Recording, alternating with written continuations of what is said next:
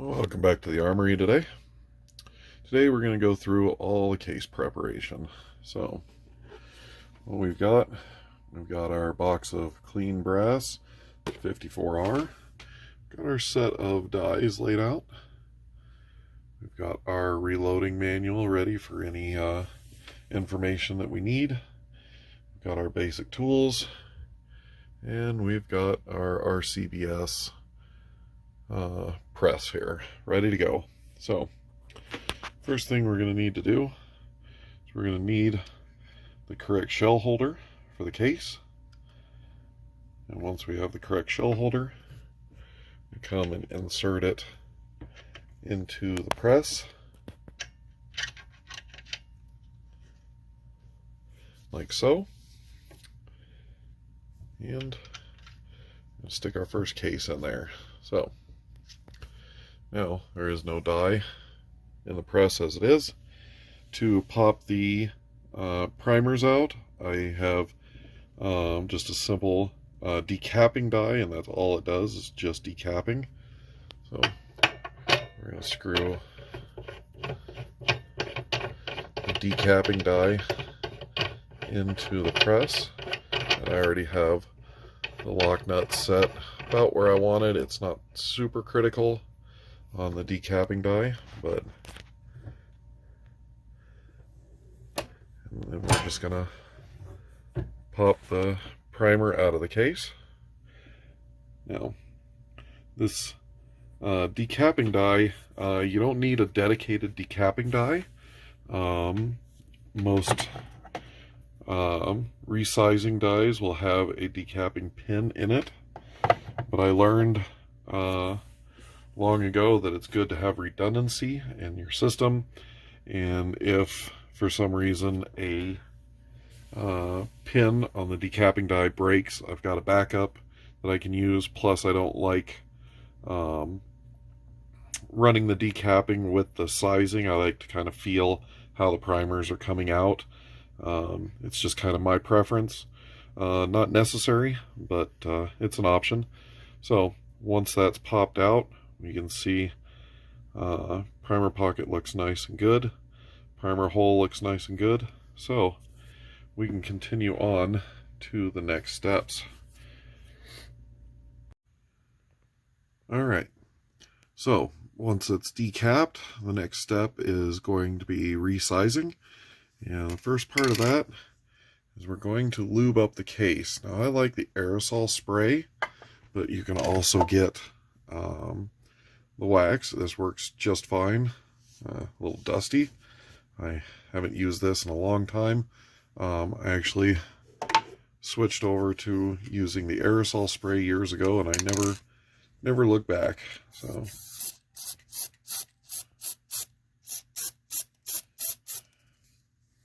with just a little bit of spray on it, let it sit for just a second, and then we're going to put it back into the press. Went ahead and seated the sizing die in there.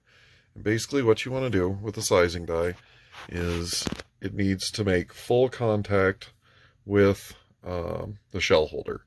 So run your ram all the way up till it bottoms out, then screw your sizing die into the press, and then drop the ram back down, and then give this another good, I do about one full turn, and then I set my locking nut to that, and that way you will get a good full resizing of the brass. So while you're doing this, you will feel a good amount of resistance, both up travel and down travel, and that's basically the die doing its job.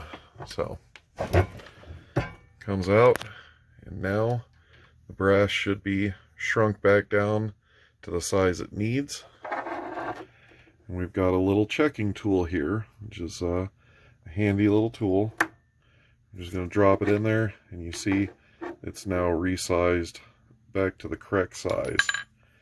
Just for visual, I'll show you before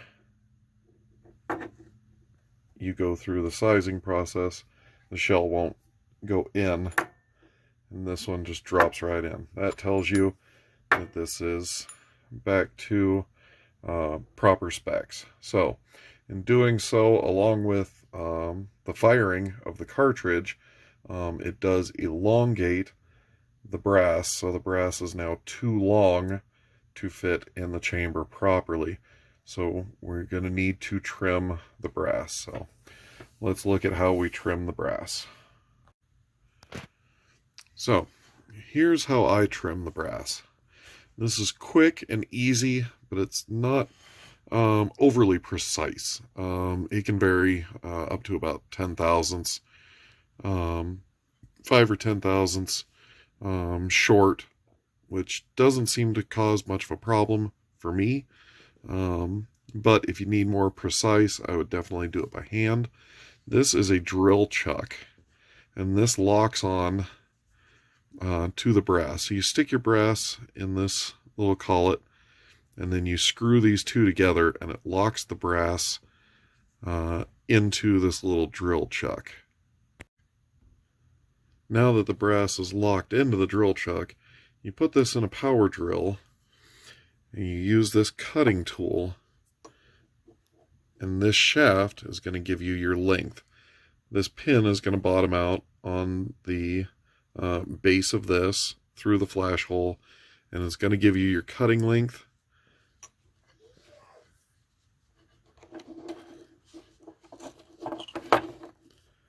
Just like this. So you run your power drill and you hold on to the ball, and it'll shave off however many thousandths till it bottoms out onto this little black chuck, if you will. So this is how I've found is the best for trimming the cases down to size. Like I said, it's not exactly precise. There are variations that I've experienced, but I have not had any adverse problems from having an extra 5 or 10 thousandths shaved short.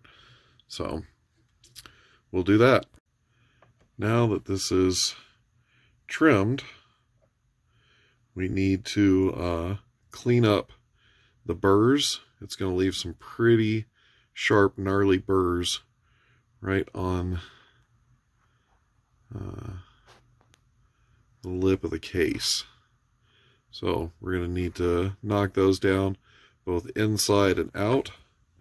These are the two tools that I have dedicated for that, and basically just leave this in the drill, run both these tools on the outside just to clean it up till it's no longer exposed and sharp, and then we'll move on to the next step. Okay, with the mouth of the case nicely chamfered inside and out, we're ready to measure the overall length to make sure we're within spec. And the spec is going to show we need to be 2.114 inches overall length maximum for the case. So let's get our dial calipers and see where we're at on our overall case length. So here's our case. It's coming in right at 2.106, which is about 8 thousandths under maximum case length, and that works just fine for me. So that case is complete, and what I'll usually do when I go through a bunch of brass, I'll get to this point and then put these back in the box just like this, ready to reload for any time I need to do a quick reload. I can just grab a box of already prepped cases, primer them, throw the powder, stick a bullet, and we're done, and I don't got to go through the cleaning and resizing. Each time I'll go through and do large batches of cleaning and resizing at a time, and then if I need some, I just go grab go grab a box and get to it. So that's basic case prep right there. And the next video, we're going to go to the loading and those processes. So I'll catch you on the next video. Bye.